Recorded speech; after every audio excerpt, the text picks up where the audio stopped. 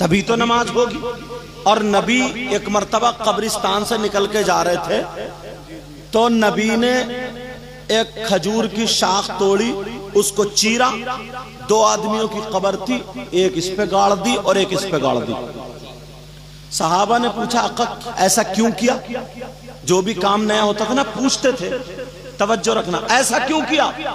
نبی نے فرمایا ان دونوں قبر والوں پہ عذاب ہو رہا تھا اور یہ میں نے شاخ گاڑ دی ہے، جب تک یہ ہری رہے گی اس وقت تک یہ تسبیح پڑھتی رہے گی اور عذاب نہیں ہوگا۔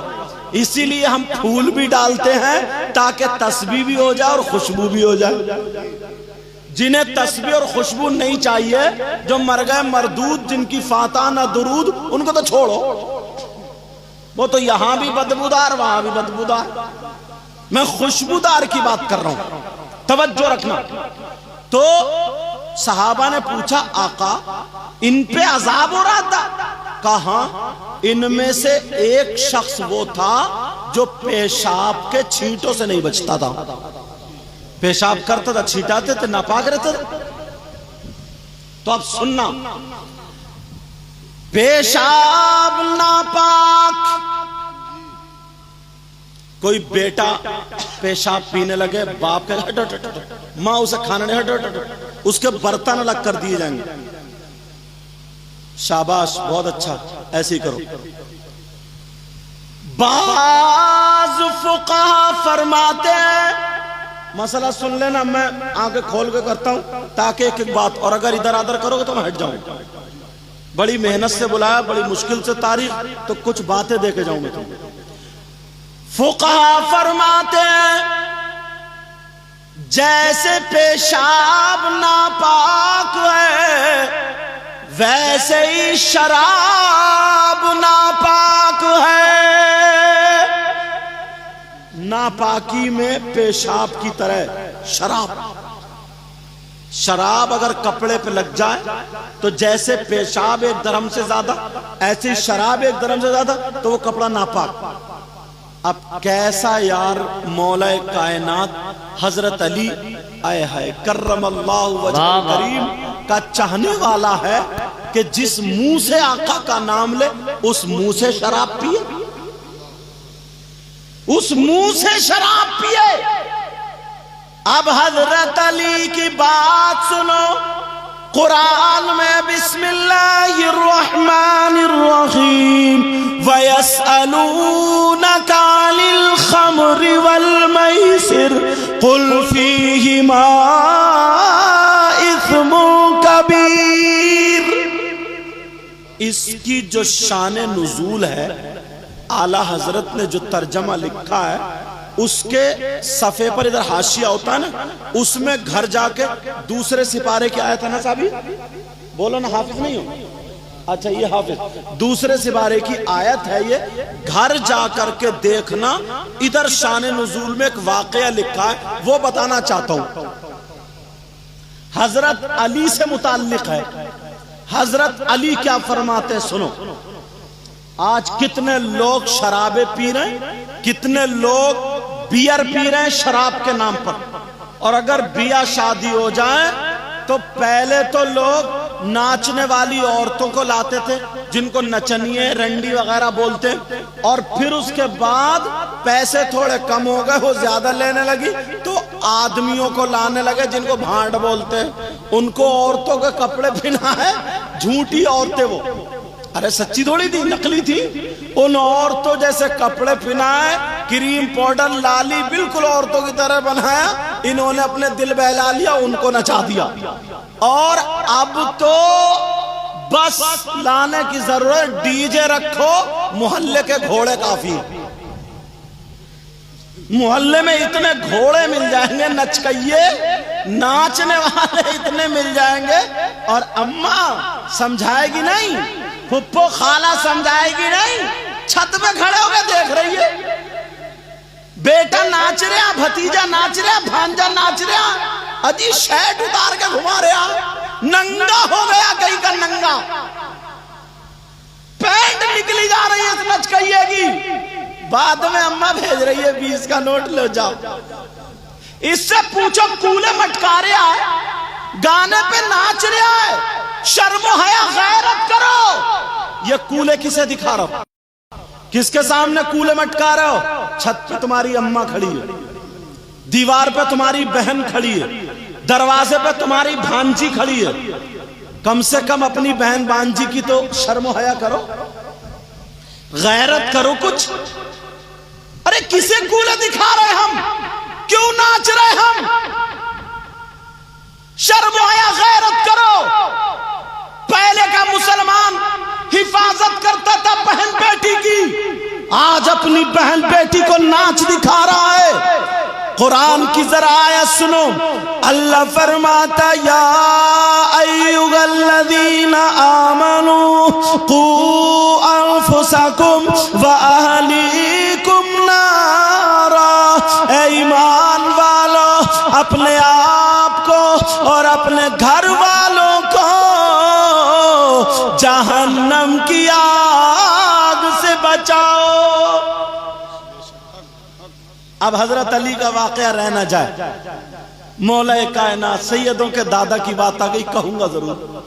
جو شراب پینے والے ہیں اور مولا کائنات سے محبت کرتے ہیں، آج سے توبہ کر لینا، انشاءاللہ کربلا والوں کا صدقہ تمہارے گھر میں برسے گا انشاءاللہ۔ سنو، حضرت علی فرماتے ہیں، آقا فرماتے ہیں، آئے ہائے کیا کہتے ہیں؟ کہتے ہیں کہیں تالاب ہو، کیا ہو بولو، اور اس تالاب کے پانی میں شراب کے چند قطرے ڈال دیے جائیں۔ امام حسین پاک کا نام لینے والوں، کربلا والوں کا نام لینے والوں، اہل بیت کا نام لینے والوں، ارے یار یہ تو وہ گھرانہ ہے جہاں پہ حضرت جبریل بھی اندر آنے کے لیے اجازت چاہتے ہیں۔ یہ وہ گھرانہ، کبھی محرم پہ بلاؤ گے تب سناؤں گا تمہیں تو پتہ چلے گا، مگر بیچ میں بات آ گئی تو بتائے دیتا ہوں۔ حضرت علی فرماتے تالاب کے پانی میں شراب کے چند قطرے ڈال دیے جائیں، مل گیا وہ، اور وہ پانی زمین میں خشک ہو جائے۔ کیا ہو جائے بولو؟ زمین میں خشک ہو جائے، اور وہ پانی زمین میں خشک ہو گیا، خشک ہو گیا دونوں۔ اب اس گرمی کے موسم میں ہو ہی جاتا، اب اس زمین پہ گھاس اگ آئے، جم جائے، جم آئے، جو بھی اپنی زبان میں بولتے ہو، گھاس اس زمین پر آ جائے۔ کون کہہ رہے ہیں؟ کون کہہ رہے ہیں؟ آقا علی۔ کیا کہہ رہے ہیں؟ کہہ رہے ہیں وہ پانی میں شراب اور وہ پانی زمین میں، اور اس زمین پہ گھاس جمائے۔ آقا علی فرماتے ہیں اب اس گھاس کو اگر میری بکریاں چر لے، میری بکریاں کھا لے، آقا علی فرماتے ہیں علی وہ کہ ان بکریوں کا دودھ بھی نہیں پیے گا۔ آئے ہائے ہائے ہائے۔ آقا علی فرماتے شراب پانی میں، پانی زمین میں، زمین میں گھاس، گھاس بکریوں کے پیٹ میں۔ اب میرے آقا علی کا تقویٰ یہ ہے، فرماتے ہیں کہ میں ان بکریوں کا دودھ بھی نہیں پیوں گا۔ اور تم مولا کائنات کے چاہنے والے، کربلا والوں سے پیار کرنے والے، پھر شراب؟ منہ میں شراب آ سکتی ہے کیا؟ جس منہ سے اللہ کا نام لو۔ میری بہنیں بیٹھی ہیں، ایک باریک مسئلہ سمجھا دوں اگر اجازت ہو تو۔ مجھے یہ بتاؤ سمجھ میں آ رہی ہے باتیں؟ اچھا ہاتھ بہت اٹھاتے ہو، کیونکہ یہ بھی ہم لوگوں نے تمہیں سیلف سٹارٹ کر دیا، ہر بات پہ کہ ذرا اٹھاؤ ہاتھ۔ شاعر صاحب آئیں گے وہ بھی کہیں گے ہاتھ اٹھاؤ۔ ہیلو، ہاں ٹھیک ہے۔ مقرر صاحب آئیں گے وہ بھی کہیں گے اٹھاؤ ہاتھ۔ ناظم صاحب کہیں گے اٹھاؤ ہاتھ۔ سمجھے؟ تمہاری عادت پڑ گئی، مگر ایسا نہیں ہے، جوش میں اور ہوش میں رہا کرو۔ ہر جگہ ہاتھ نہیں اٹھایا جاتا، ہر جگہ سبحان اللہ بھی نہیں کہی جاتی ہے۔ ایک مولانا صاحب تقریر کر رہے تھے، بولے صاحب فلاں صاحب کی اماں کا انتقال ہو گیا، نیچے سے بولے سبحان اللہ۔ موقع محل تو دیکھو، موقع تو دیکھو، کہاں سبحان اللہ اچھا کلمہ ہے، اللہ کی پاکی بول رہے ہیں، مگر وہ کہہ رہے ہیں فلاں صاحب کی ماں کا انتقال ہوگا، یہ بولے سبحان اللہ۔ کم سے کم سوچو تو تمہاری سمجھ میں آ رہی ہے۔ پھر میں آگے بڑھاؤں بات، جوش میں اور ہوش میں دونوں ہو، امتحان لے لوں تو پھر اٹھاؤ ہاتھ، دیکھوں کون کون سننا نہیں چاہتا۔ تم بھی سننا نہیں چاہتے؟ جوش اور ہوش دونوں رکھو۔ آج تمہیں پھسلنے نہیں دوں گا، پھسلنے نہیں دوں گا، توجہ رکھنا۔ اب دوسری بات چھیڑ رہا ہوں، دوسری بات اٹھا رہا ہوں۔ آج کے بعد کوئی غیبت تو نہیں کرے گا، شراب تو نہیں پیے گا، چغلی تو نہیں کرے گا، غیبت تو نہیں کرے گا۔ غیبت کو چغلی کو تھوڑا سا سمجھا دوں۔ اگر میرے اندر کمی ہے اور اس کمی کو میری پیٹھ پیچھے بیان کر رہا تھا کوئی، اتنے میں دوسرا آ گیا، اس نے کہا کیا یار اس کی پیٹھ پیچھے برائی کر رہا، تو وہ کہے گا میں کیا جھوٹ بول رہا ہوں، کیا ایسی بات تھی نہیں، سچی بات ہے؟ تو کہ ہاں یار سچی تو ہے۔ سنو، اگر میرے اندر کمی ہے، اسی کمی کو میری پیٹھ پیچھے بیان کرنا، اسی چیز کا نام غیبت ہے۔ اور میرے اندر اگر کمی نہیں ہے، پھر گڑھ کے بنا کے بیان کرنا وہ غیبت نہیں ہے، وہ تہمت ہے۔ کیا بولو؟